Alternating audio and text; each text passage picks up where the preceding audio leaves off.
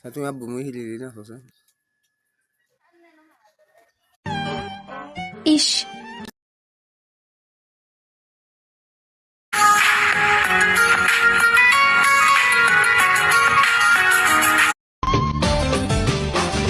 সকালবেলা কোকিল আমার ঘুম ভাঙাইয়া কপাল পোড়া